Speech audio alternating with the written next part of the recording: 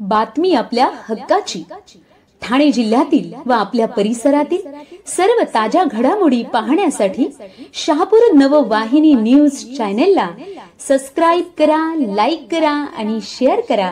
मुख्य संपादक निलेश विशे.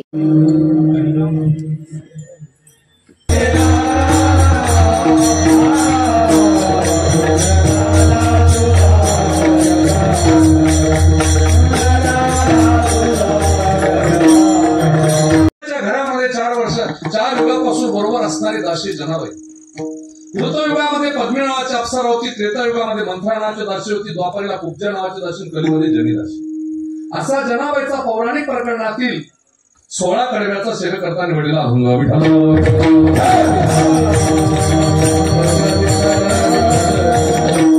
सेवेला प्रारंभ करण्यापूर्वी परिहारार्थ बोलायचं झालं, शहापूर माझा या चॅनलच्या माध्यमातून जवळजवळ ठाणे जिल्ह्याला परिचित झालेला साप्ताहिक. फेसबुक, इंस्टाच्या, व्हॉट्सअपच्या माध्यमातून महाराष्ट्राला परिचित झालेला साप्ताहिक. आणि श्री क्षेत्र आवरे या नगरीमध्ये गेल्या 42 वर्षापासून संपन्न होत असलेला अखंड हरिनाम कीर्तन सप्ताह तथा ग्रंथराज ज्ञानेश्वरी पारायण 16 वर्षी 42व्या सेवा क्रमांक 6व्या नंबरची. विठ्ठल.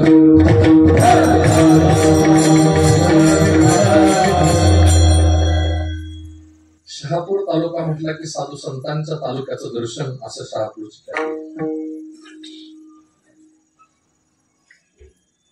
श्रद्धे ब्रह्मलीन संत रिद्धिनाथ बाबा असतील, ब्रह्मलीन संत रंगनाथ बाबा असतील, ब्रह्मलीन संत मधुकर बाबा गोसावी असतील. तसं आता सध्या शहापूर तालुक्यामध्ये सतसंगाचा धर्मप्रचार म्हणून खंबीरपणे समाजाच्या पाठीमागे उभे असणारे श्री संत विनाथजी बाबा असतील आणि तालुक्यातली वारकरी मंडळी, पंढरपूरचे वारकरी असतील, विष्णुमौली ज्ञानोबा यांचे वारकरी असतील, श्रद्धे हरिभक्तीपरायण गुरुबंधू गणेशनाथ महाराज असतील, हरिभक्तीपरायण योगेश महाराज असतील, आणि महाराज परिसरात राहिली सगळी महाराज मंडळी, बऱ्याच परिसरातली गावाची मंडळी या ठिकाणी दिसते. सर्वांना एकच करेन, मस्तक माझा पायावरी या वारकरी संतांच्या. विठ्ठल विठ्ठल. तसं लाडक्या बहिणीसारखा सप्ताह करताय तुम्ही, लाडका. आणि लाडक्या बहिणी कीर्तनाला, हरिपाठाला, ज्ञानेश्वरी पारायणाला बहुसंख्य दिसल्या म्हणून हा अभंग मी या मंदिरासमोर, देवासमोर दुसऱ्यांदा घेतोय. विठ्ठल.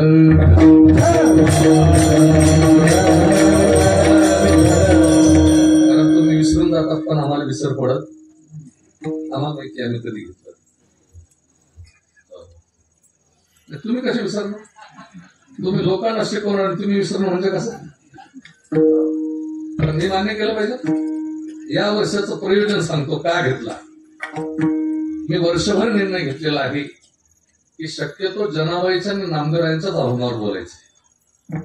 पहिल्या दिवशी मला एवढं चिंतन करता, पहिल्या दिवशी क्वचित एखाद्या वेळेला मी नाथ महाराजांचा किंवा इतर संतांचा घेऊ शकतो, पण कीर्तनाच्या माध्यमातून या वर्षी मला फक्त नामदेवराय जनाबाईच मांडायची समाजाची.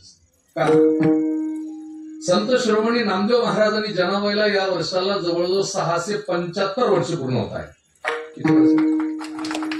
आणि 675 वर्ष पूर्ण होत आहेत म्हणून नामदेव महाराजांचे वंशज हरिभक्तीपरायण श्रद्धेय पूजनीय नामदास केशवदास महाराजांनी सांगितलं, सगळ्या महाराष्ट्राच्या फडकऱ्यांना विनंती केली की वर्षभर किमान नामदेव महाराजांनी जनाबाई मांडावी एवढी विनंती. विठ्ठल.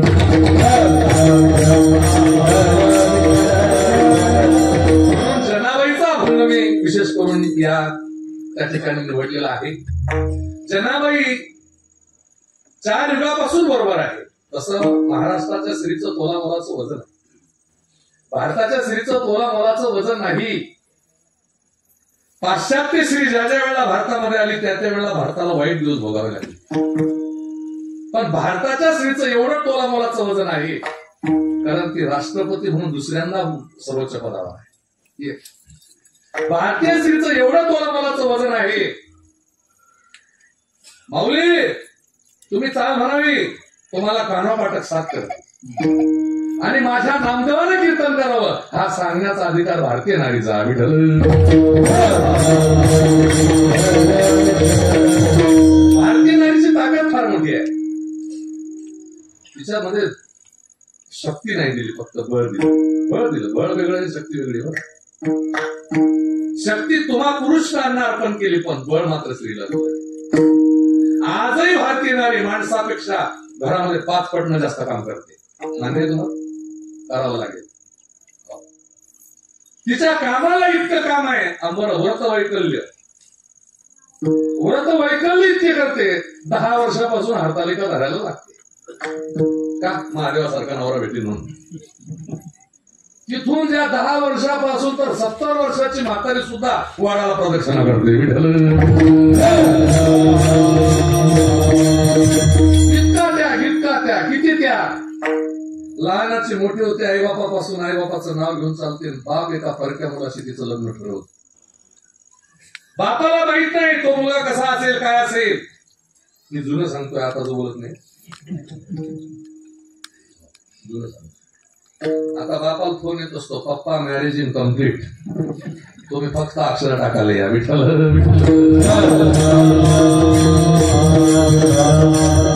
हा अभंग कृत युगातल्या जनाबाईचा एवढं घाट. ही जुनी जनाबाई मानतोय. आमच्या संतांचं वारकरी संप्रदायामध्ये किती योगदान आहे, किती योगदान आहे, किती योगदान. यावर्षी महाराष्ट्र सरकारला कळून चुकलं की वारकरी काय करू शकतात हे महाराष्ट्र सरकारच्या ध्यानात आणून वारकऱ्यांचं. मशीनवर दोष देऊन चालणार नाही. पुणे मध्ये मशीन, अरे मशीन इतका नालायक धंदा करू नका. मशीन कधीच नाही, मशीन दोषात नव्हतं.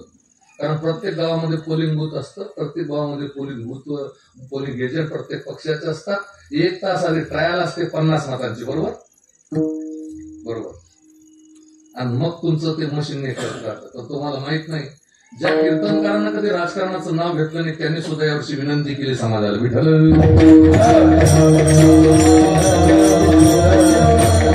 आमच्या देगलूरकर घराण्यानं कधी विनंती करावी केली नाही यावर्षी.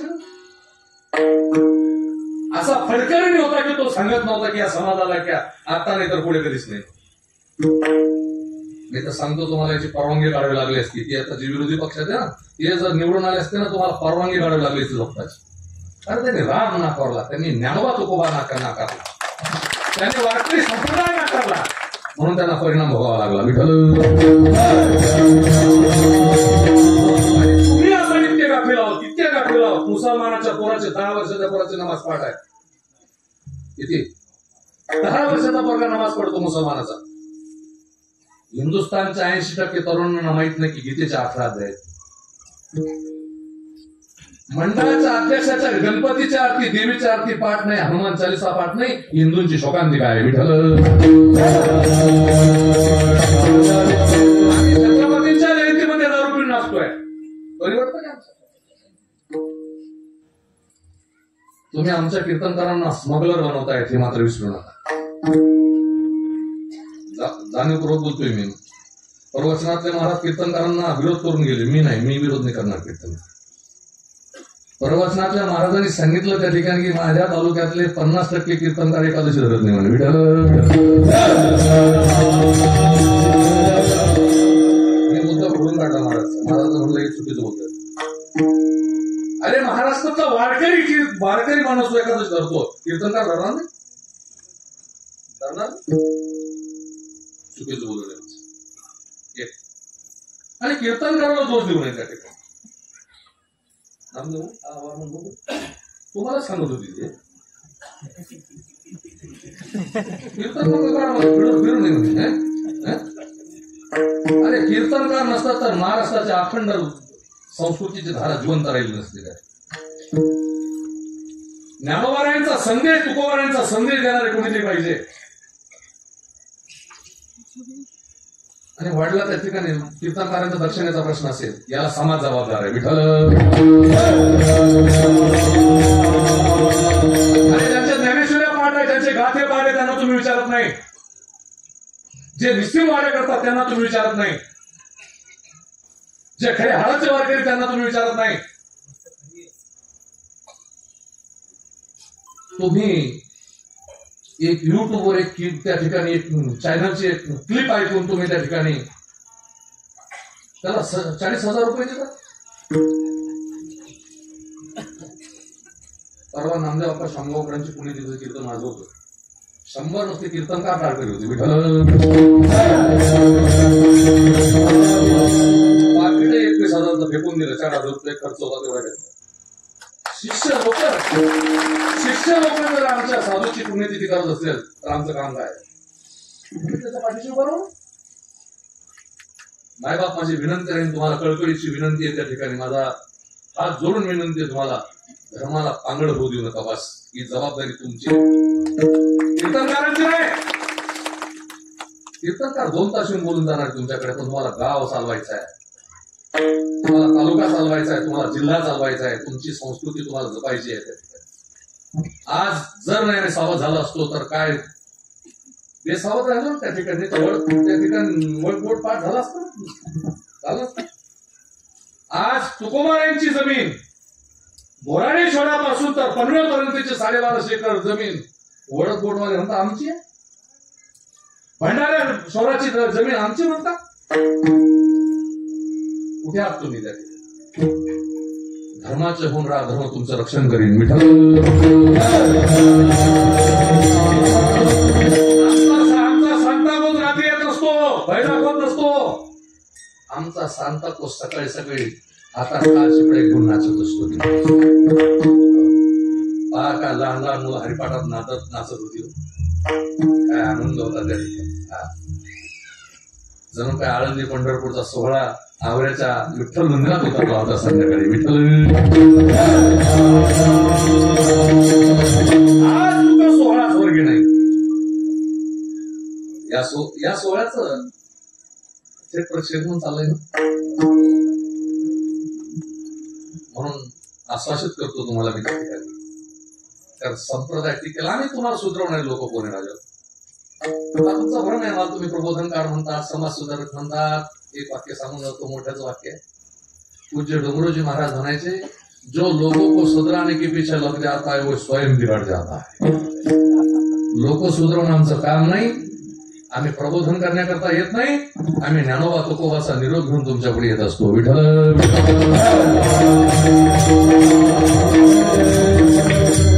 कुठेतरी सावध होण्याची गरज आहे. आपल्या धर्माची दिशा पाहिजे. आपल्याला समजून घेतलं पाहिजे आपण की आपल्या घरामध्ये दिवा कसा लागेल, आमच्या घरामध्ये रामकृष्णाचा गजर कसा होईल. आजच्या दिवसाचं महत्व एवढे त्या ठिकाणी. आज तसं शास्त्रानुसार त्या ठिकाणी तुळशीचा जन्मदिवस आहे. तसा तुळशी दिवस म्हणून आजच्या दिवसाची घोषणा शास्त्राने. तसं स्त्रीचं नाव भारतीय स्त्रीचं त्यागच आहे. किती त्याग. काही जुने लोक म्हणायचे, पतीनं पुण्य केलं का अर्ध पत्नीला मिळतं. असंच ना. किती लोकांचं मत आहे असं? तुमचंही मत असं? विठ्ठल बरं, तुमचं मत धरतो मी काय. पतीनं केलेलं पुण्य अर्ध पत्नीला कोणत्या बेसवर मिळतं? बघ, एखादं पुराणातलं उदाहरण, एखादं शास्त्रातलं उदाहरण, एखादं वेदातलं उदाहरण, उपनिषदाचं उदाहरण. एखाद्या ऋषीला तपस्या केली, त्याच्या बायकोचा उद्धार केला. एखाद्या देवान तपस्या केली, त्याच्या बायकोचा उद्धार केला. एक उदाहरण द्या, तुम्ही सांगा ते बक्षीस तुम्हाला. विठ्ठल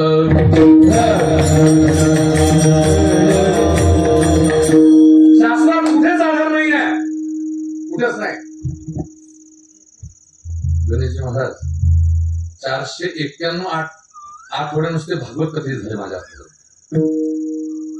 आणि कोरोनाचे माझ्यावर एवढे उपकार झाले की मी एकही पुराण असं ठेवलं नाही की ते वाचलं नसेल. कोरोनाचे उपकार. आळंदी सोडल्यापासून अभ्यास करायला वेळ मिळत नव्हता, पण ती 2 वर्षाची संधी मिळाली. तिचं सोनं केलं. विठ्ठल पांडुरंगाची शपथ घेऊन सांगतो मी, ते 2 वर्ष मला भागायचे गेले. जो पुराणांचा अभ्यास नव्हता तो करण्याची ताकद त्या यांनी दिली. स्त्रीनं केलेलं पुण्य पतीला मिळत असतं, पण पत्नीनं केलेलं पुण्य पतीला मिळत नाही. शास्त्री सुद्धा पहिलं उदाहरण देतो. यमाच्या जाळ्यातून सत्यवानाला सोडून आणलं, ताकद कोणाची होती?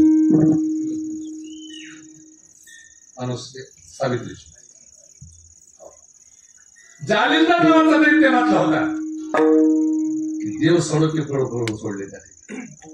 सगळे देवले लोक गेले, सांगितलं प्रभू आता तरी. त्यावेळेला भगवान परमात्मा जालिंदराचं रूप घेतात, रुंदेच्या महालाकडे येतात. रुंदन पाहिलं, देवा अरे जपी तपी संन्यासी तुझं ध्यान करतात, जटावर झोपणारे साधू तुझं ध्यान करतात, ज्यांच्या नखाच्या चोगळ्या झाल्या त्यांच्या स्वप्नात जात नाही तू, पण माझा पती मारण्याकरता माझ्या पतीचं रूप घेऊन आलास. तू रूप तर घेतलास, पण तू जमिनीवर सावली टाकता आली नाही तुला त्या. पण तू योग्यांना दुर्लभ आहे. योगी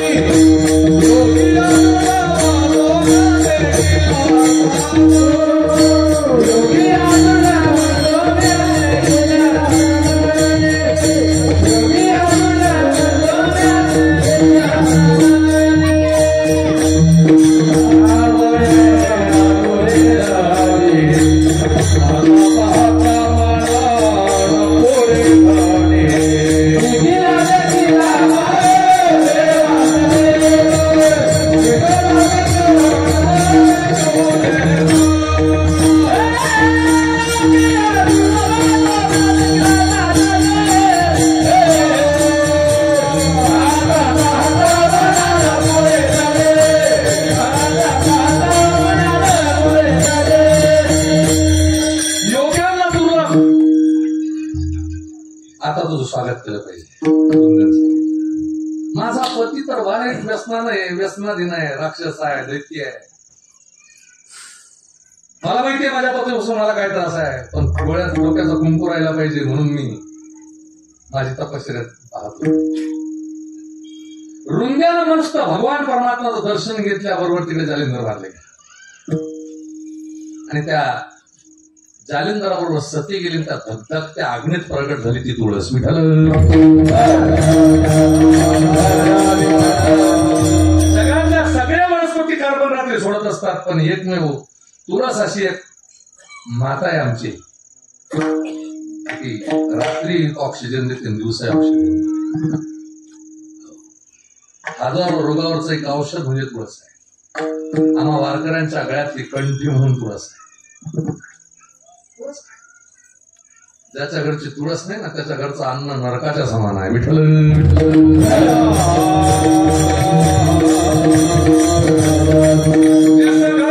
तुळसी, ज्याच्या घरी तुळस नाही ना, वारकरी वैष्णव नसतात. म्हणून प्रत्येकाला विनंती, घरातली तुळस हसली असली पाहिजे, प्रत्येकाच्या घरी हसली असली पाहिजे, तुळस हसत ठेवली पाहिजे. तुळशीचा दिवस आहे. जनाबाई तुळशीचं फार गोड वर्णन केलं. जनाबाई तुळशी बरोबर म्हणते, पहिले महिला म्हणतात, कारण बाहेर रडतातही स्वरात आणि गातातही स्वरात. एक तर माणसाला रडता येत नाही, गायला लागला तर त्याचा आवाज कसा निघेल सांगता येत नाही. बाहेर रडतातही स्वरात, गातातही स्वरात.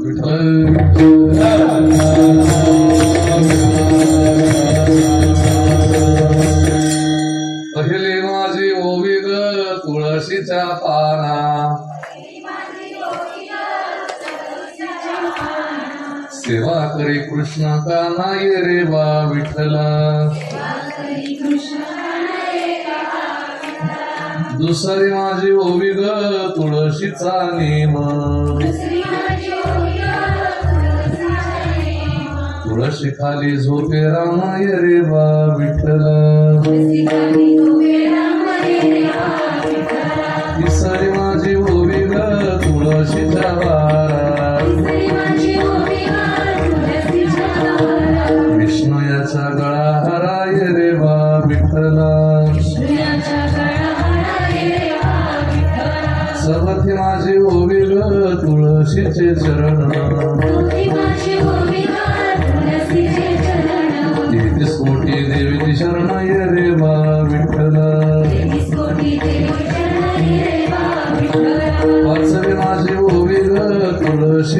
पतिव्रता तिची देवावरती सत्ता ये रेवा विठ्ठला. आता 36 वेळा म्हटलं 36 मिनिटं लागतील विठ्ठल.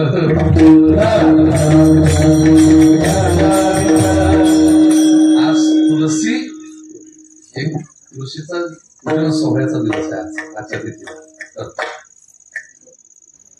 आपल्याला तो शांताकोच नाही पाहिजे. आपल्या पोरांना वसुदेवाचं दर्शन कसं होईल हे पाहणं येत्या ठिकाणी. गावात काकडा कशा करताय, हरिपाठ कशा करताय, हा सत्संग कशा करताय.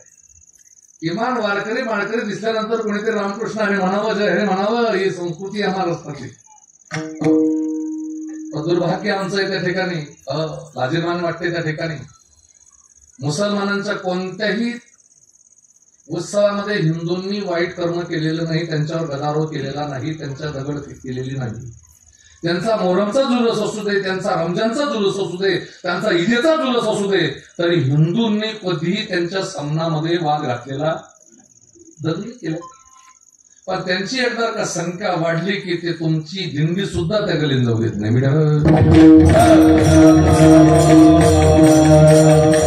जाऊ देत नाही ना, जाऊ देत. म्हणून आपण कुठेतरी त्या ठिकाणी लोक आता पूर्वीचा काळात ज्यावेळेला हा 42 वर्षापूर्वी सत्ता कसा, 42 वर्षापूर्वी हा सत्ता कसा एवढे लोक असा माईक सिस्टीम असे लाईट. मला माहिती ना 37 वर्ष मला झाले कीर्तनाला भेटलं. आम्हाला माहिती ना आमची परिस्थिती, आम्हाला माहिती ना. कीर्तनकाराला 11 रुपये दिले, पहिलं कीर्तन 11 रुपयाचे माझं. 8 दिवसाची कथा सांगितल्यावर 150 रुपये भेटायची. आता सहज एक शिष्य तो पायावर 1000 रुपये ठेवून चालला तू. फार कठीण होतं त्या जुना काळ, फार कठीण होता. आणि धर्म टिकवण्याकरता स्वानंद सुखनिवास सद्गुरू जोग महाराज या वारकरी संस्था शिक्षण संस्थेनं जगाच्या पाठीवर या गुरुकुलानं काय उपकार केले असतील ते वर्णन करण्यायोग्य नाही. इतके उपकार आहे, इतके उपकार आहे. कीर्तन या चौकात व्हायला जबाबदार कोण असतील तर सद्गुरू जोग महाराज आहे. विठ्ठल आता ठीक आहे, तुम्ही आम्हाला विचारत नाही, तुम्ही सांगाल तेवढे पैसे आम्हाला द्यावे लागतात, आम्ही मागो तेवढे देतात. तर तुम्हाला समाज यायला पाहिजे, मोठा समाज तुमच्याकडे यायला पाहिजे, ही तुमच्या अपेक्षा आहे. प्रत्येक गावात आनंद लागलेला आहे, पण एवढा मोठा समाज परिवर्तन काय. अरे ज्ञानोबा तुकोबाचा निरोप तुम्हाला ऐकायचा एखाद्या वारकऱ्या, सच्चा वारकऱ्याकडून ऐका, सच्चा वारकरी. मी म्हणणार नाही तुम्ही मोठे कीर्तनकार बोलू नका असं माझं म्हणणं नाही, पण किमान तो कीर्तनकार ज्या वेळेला कीर्तन करून जातो त्यात ज्यांनी तारखा दिलेली त्यांचं परिवर्तन असावं तेवढं, एवढी विनंती आमची. तारखा घेणारे जर सुधरत नसतील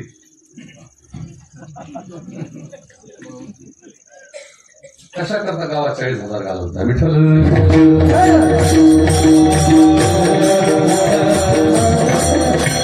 माझी विनंती आहे त्या ठिकाणी, मला तुम्ही आज नाही पाहताय, मला आता 22-23 वर्ष, 25 वर्षाकडे माझा आगमन 2004 पासून आहे.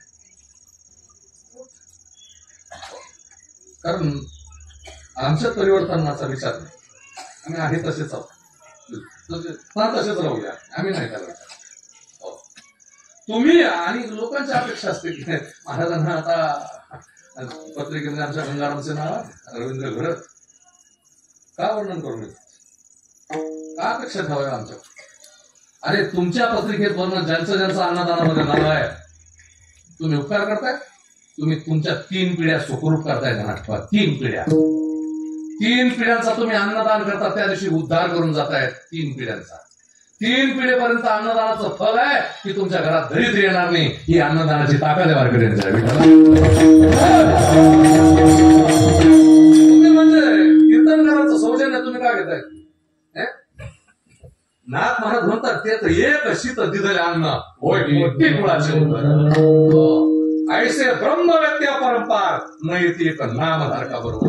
नाथ महाराजाचं बरोबर चिंता नाही, माझं नाही, मी बोलत नाही. 3000 ब्राह्मण म्हणजे एक ब्रह्मवेत्ता. असे 3000 ब्रह्मव्यक्ती म्हणजे एक वारकरी. एवढी वारकऱ्याची उंची राहते. आणि तेवढ्या उंचीनं ते तुमच्याकडे दवा देत नाही, ते दुवा देऊन जातात. ज्या वेळेला प्रसाद घेतात त्यावेळेला आणि तुम्हाला जर आमच्याकडून तुमच्या स्तुतीची गरज भासत असेल तर मलाही नरकात जावं लागेल, तुम्हाला सुद्धा नरकात. 28 प्रकारच्या नरकाची कथा आहे. 28 चुकणार नाही. म्हणून वारकऱ्यांचा नियम आहे, पूज्यता डोळा न देखावी, स्वकीर्ती कानी नाही काही. हे तुकोबारायांचं बरी माय बाप. कोणी अपेक्षा आमच्या वारकऱ्याकडून तरी न करू. आम्ही विद्वान कीर्तनकार नाही, पण ज्ञानोबा तुकोबाचे नक्कीच मुक्ताबाईचे वारकरी आम्ही आहोत.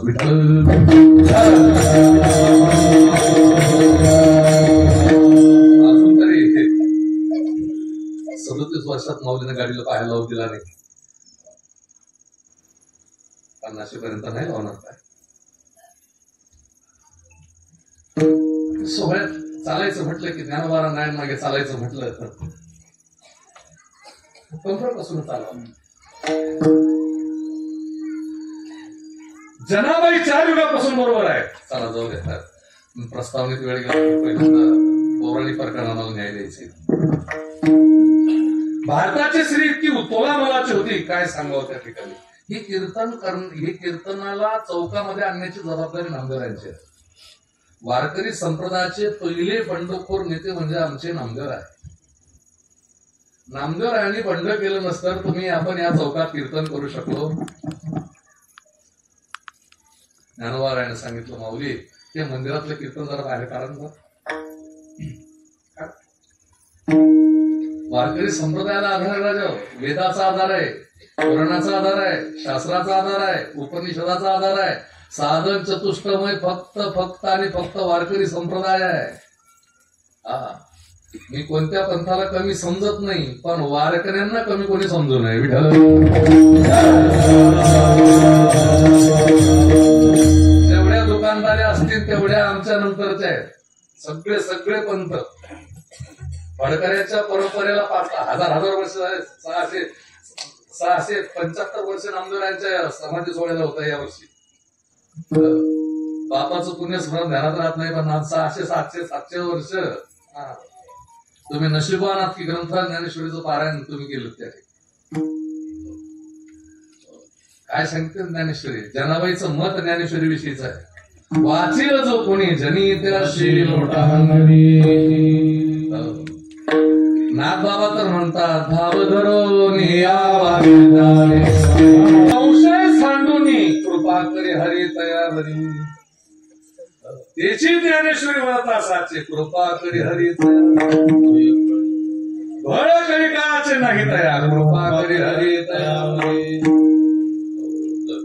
काय नाथ महाराजांनी बोलावं ज्ञानेश्वरी. काय ज्ञानेश्वरी आहे. 292 जातीचं वर्णन ज्ञानेश्वरीमध्ये आहे. किती जाती?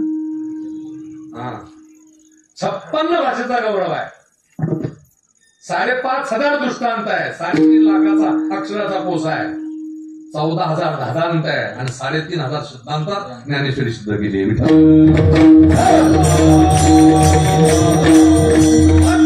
हरिदयावरी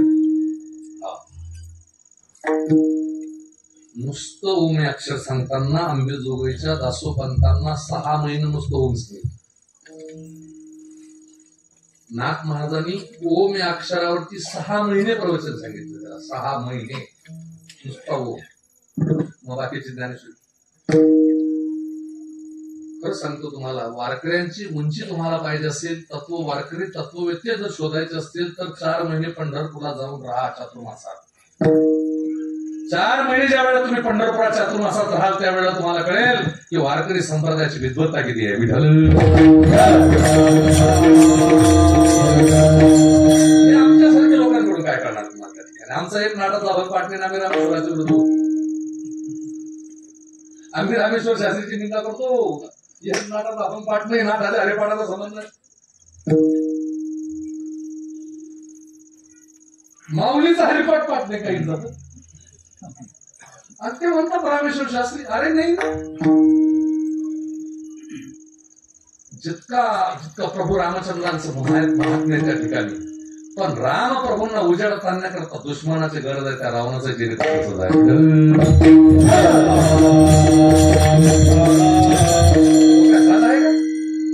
जर रावण सामान्य राहिला असता तर तुकोबाराने त्याच्या संपत्तीचं वर्णन केलं, त्याच्या गुणवत्तेचं वर्णन केलं.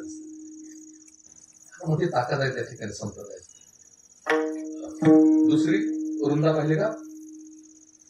वृंदा पाहिली ना दुसरी? अजून पाहिली पाहिजे. तिसरी आहे त्या ठिकाणी शांडिल्य नावाची सतीभूमी. महायोगीपती जिवंत केला, सूर्याला उभू दिला नाही. तीन झाल्या का? अजून सांगू. एक राक्षस टपून बसला, तो राक्षस समुद्रात जाऊन लपला. पती तपस्वी होता, पण तपस्वी पतीला बळ देण्याचं काम केलं का घोटात समुद्राची ताकद एका बाईनं दिली. लोकांवर विठ्ठल.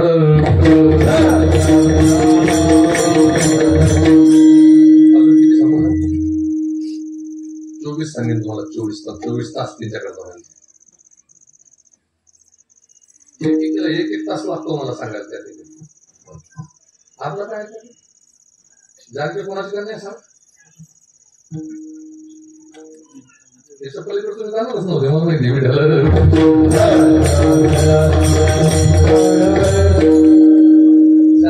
पद्माक्षाचे का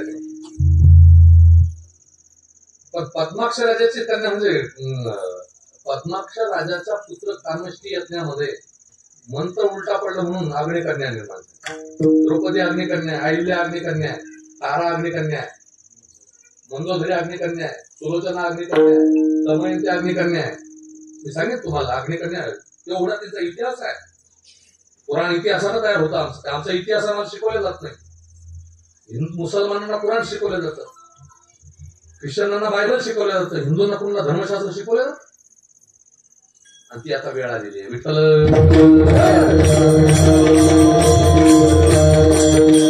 विमान आम्हाला आमचं माहिती पाहिजे त्या ठिकाणी. जनाबाई पुढच्या युगामध्ये पूर्वीच्या स्त्रियांना काय ताकद होती, काय ताकद होती, काय मर्यादा होती पूर्वीच्या स्त्रियांची त्या ठिकाणी. इतकं स्त्रियांवरचे अन्याय इतके होते पूर्वी. आज तर तिला स्वतंत्रच नाही. तिच्याकडे स्पेशल गाड्या मिळाल्या. तिला जबाबदार कोण आहे? अरे राजा होता, राजानं सुभेदाराची सून होती ती. तिला वाटत होतं की हा राजा त्या ठिकाणी आपल्याला चांगलं पाहणार नाही, पण जशी होती तशी सारी चोवीचा आहेर करून बस केले त्या ठिकाणी दर्शन घेऊन. हा महाराष्ट्राचा राजा आहे राजा. या महाराष्ट्राच्या राजाची ती ख्याती आहे. पण तुम्ही कलियुगाकडे चालला जाता. श्रीमद भागवताच्या द्वादश स्कंदामध्ये कलीचं महात्म्य सांगितलं. पुत्र होईल पित्याचा वैरी, भरतारा सोडून नारी जातील दारोदारी. कलीचं महात्म्य सांगितलंय. अतिश नाही. एकच सांगितलं त्या ठिकाणी भारताच्या नारीचं वजन नाही. आम्हाला तुम्ही जन्म घालू शकता त्या ठिकाणी. म्हणून आम्ही नेहमी सांगत असतो, नारी निंदा मत कर यारो नार रतन की खार, जिस नार से पैदा हुए भीष्म विभीषण बली और हनुमान. तुम्ही सामान्य नाही त्या ठिकाणी. पण काय झालं त्या ठिकाणी, तुम्ही जेवढं सुख तुम्हाला आलं तेवढं दुःख तुमच्या घरामध्ये घालून घेतलं. विठ्ठल. पूर्वीच्या स्त्रियांना दळावं लागत होतं, कुटावं लागत होतं, वाटावं लागत होतं, सरा समार्जन करावं लागत होतं, डोक्यावर सरपण आणावं लागत होतं, डोक्यावर पाणी भरावं लागत होतं. पूर्वीच्या बायांना इतकं काम पूर्वीच्या बायांना इतकं काम. जुन्या काळामध्ये सुन्या सासवा सुनांना मारत होत्या. आता ना करू वाटत बरं. आता त्याच मारतील तुम्हाला. पूर्वी सासूवास होता, आता आमच्याकडे सुनवास आहे. इकडचं सांगणार नाही. पूर्वी आमच्याकडे सुना रडायच्या, आता आमच्याकडे सासवा रडतात. ते विसरले त्या ठिकाणी की त्याही सासवा होणार आहेत. विठ्ठल.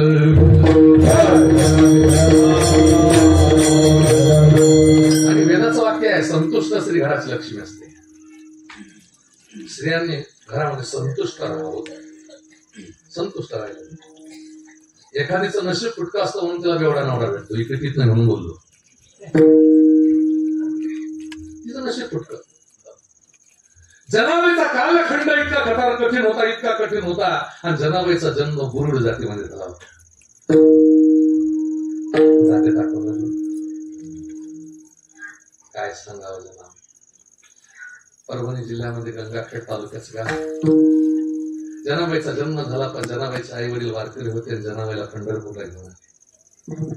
पंढरपूरला जनाबाईला घेऊन आले. पंढरपूरचा विधी आहे चंद्रभागे स्नान विधी तो हरी कथा. काय चंद्र लोक पंढरपूरला गेले का काही काही म्हणतात आमचं दर्शन झालं नाही, तुला देव दिसलाच नाही.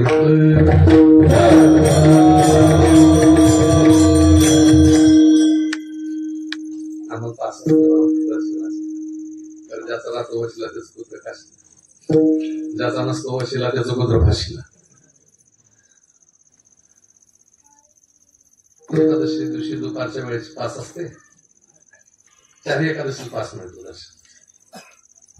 मी खरं सांगतो तुम्हाला, मी कधीही पासवर दर्शनाला जात नाही.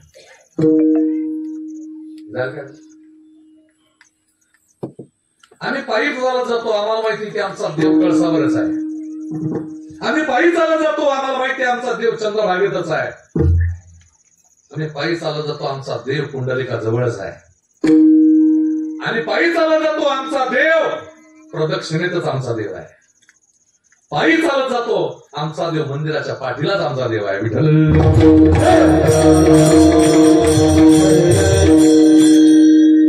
लोक काय हट्ट करतात ते कळत असत.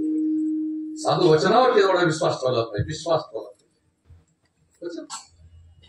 जर विश्वास नसेल तर परमार्थ नाही. तुका खरी नाही विश्वास म्हणे पहावे पुराणे विचारणे माझा विठोबाचा प्रेम.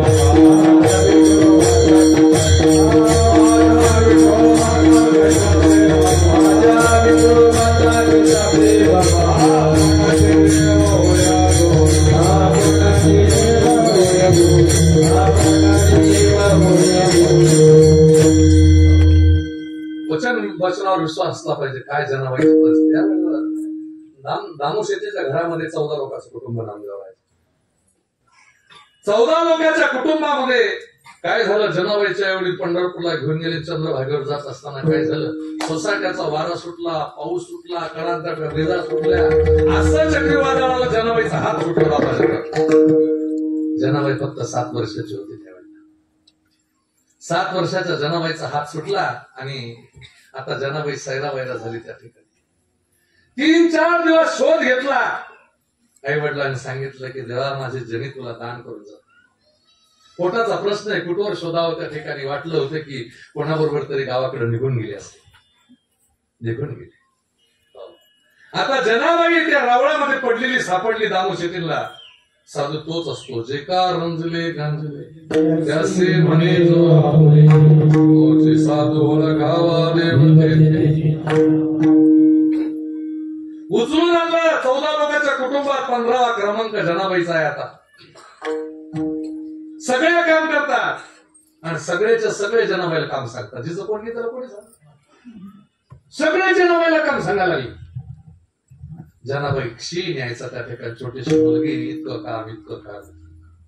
महिलांना इतकं काम असते. जॉब करणाऱ्या महिलांचं तर वाईटच जीवन आहे. विठ्ठल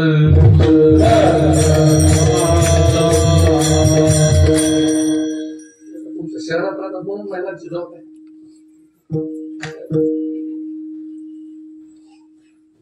त्यांचं नशिबान चांगलं झालं, लाडक्या बहिणी झाल्या. 3 सिलेंडर भेटणार आहे असं काहीतरी आहे.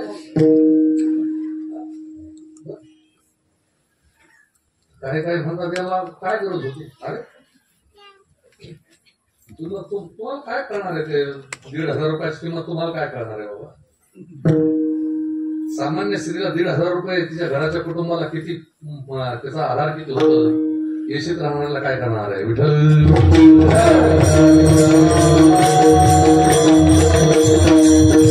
किती काम करावं लागत होतं पूर्वीच्या काळामध्ये. आता धुवायला मशीन, कुटायला मशीन, वाटायला मशीन. फक्त खायचं भेटलं तर झालं मशीन पाहिजे. आता एवढं काम जुन्या जनाबाईला काय, जनाबाई एक दिवस नामदेवराच्या पाठीमागे होती. नामदेवाच्या पाठीमागे चालत असताना त्या ठिकाणी नामदेव महाराज देवाला जीव घालत होते. योगीजी महाराज या युगातल्या लोकांना पटणार नाही का? की विज्ञानातल्या लोक म्हणजे दगडात देव कुठं जेवतो का?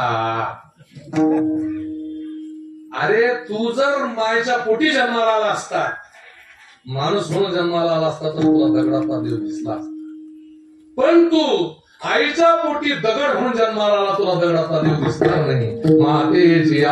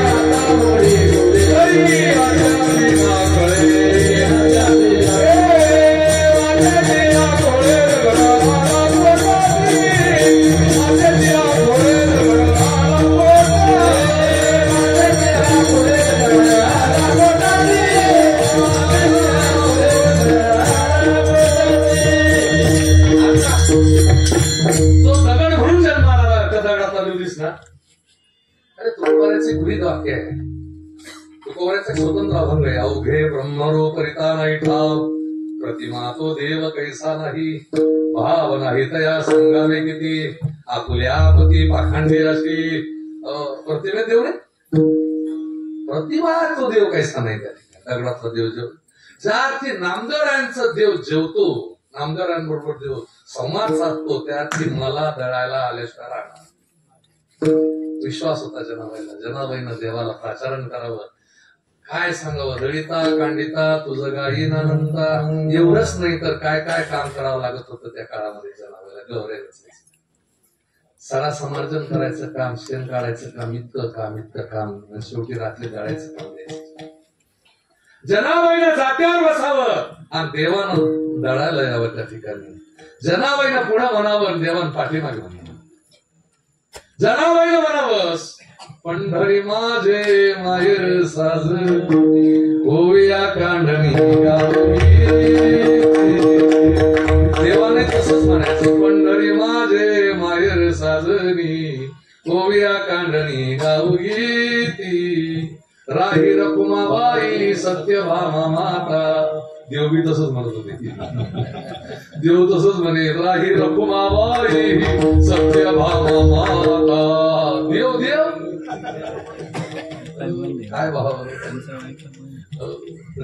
देवाने तसंच म्हणायचं. जनाबाईंना दळायचं, काय सुंदर म्हणायचं. आमची आई दळते, दळत होती. आमच्या आईला कुठं दळतच होतं, जातच होत. वाटेचा वाटसरू काय पाहतो वाड्याला, सोन्याचं कुलूप या बंधूच्या वाड्याला. ही आमची जनाबाई. जनाबाईनं तसं नव्हतं, जनाबाईनं भावात गावात. जनाबाईनं म्हणावं, सुंदर माझे जाते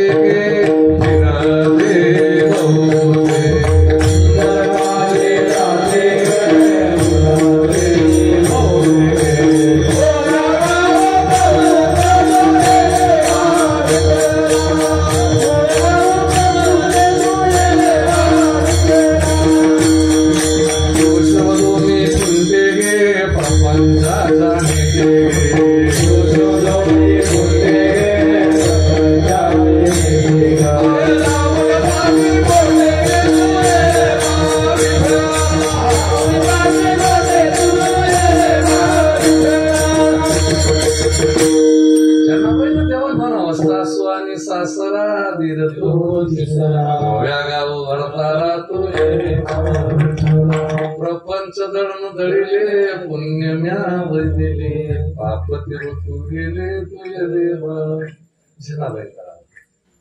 जनाबाई दळता दळता थकून जात होती. देवाला दळत राहायचं.